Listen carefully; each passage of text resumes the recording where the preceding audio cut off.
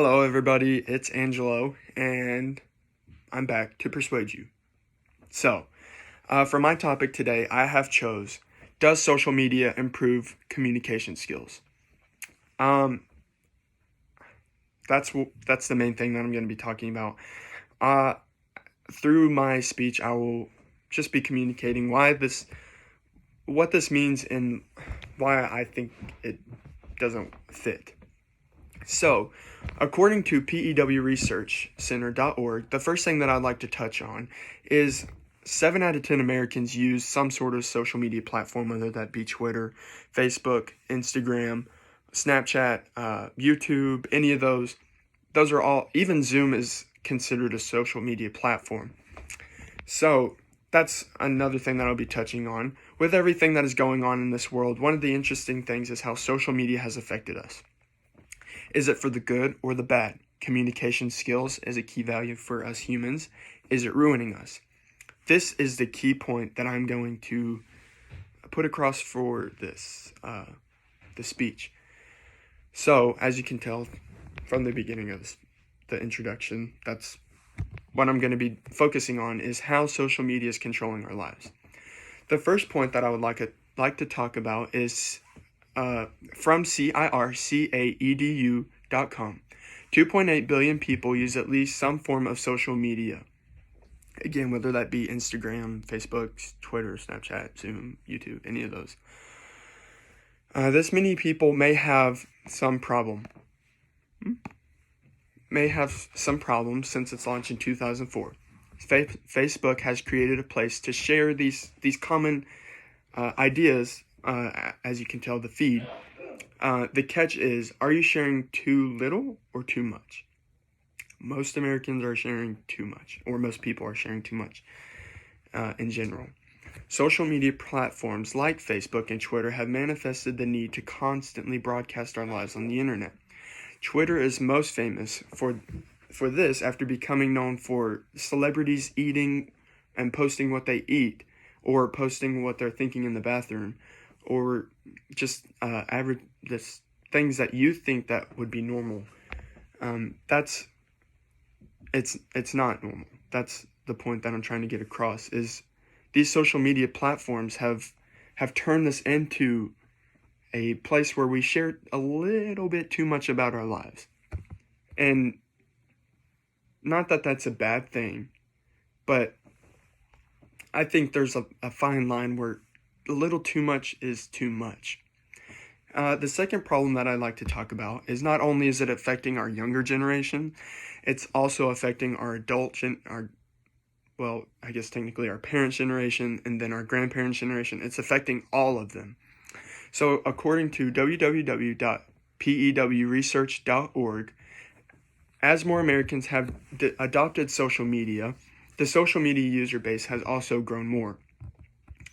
Representative of the other broader population, young adults were among the earliest social media adopters, and continue to these sites at high levels.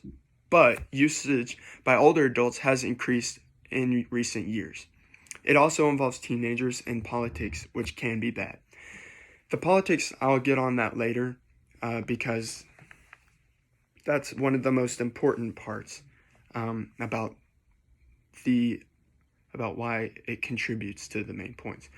So again, like I was saying, what this website touches on is how it can affect those older generations. And there's a term that I'll be using later on in this speech. It's called the scrolling effect. This is very, very important, and something that you should keep in mind, because it's something that the social media platforms, they use this to grab your attention, and it's very dangerous. So again, I'll touch on that in a little bit.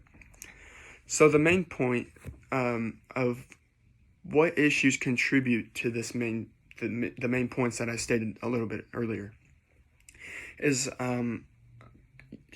because of all of this, teenagers and younger people are starting to get into politics. I personally don't think that it's a good thing necessarily, because as kids we need to live our lives. That's what I think. I don't think that as a 15-year-old you should be worried about who's going to be president next. You should just be able to live your life and just have fun. That's what it's all about at the end of the day. The main cause of point one is something called the scrolling effect, like I told you I was going to mention earlier. According to GoGaleCom.proxy175nclive.org, the youngest senator in Congress and one of its toughest crusaders against big tech proposed legislation Tuesday meant to curb social media addiction by regulating the techniques that prolong engagement on the platforms. Like I was telling you about earlier, this is one of the biggest problems of social media, the scrolling effect. This is a huge problem, and it's just amazing how much Twitter, especially Twitter, Instagram, Facebook, and 100% YouTube. If you have ever tried to go on the recommended on YouTube, you can probably watch YouTube for probably about 2 days, nonstop. I think that there's lots of problems with social media use, but the good part is that there's always a fix to the solution. So, how can members of the audience help fix the problems outlined in the points that I mentioned earlier?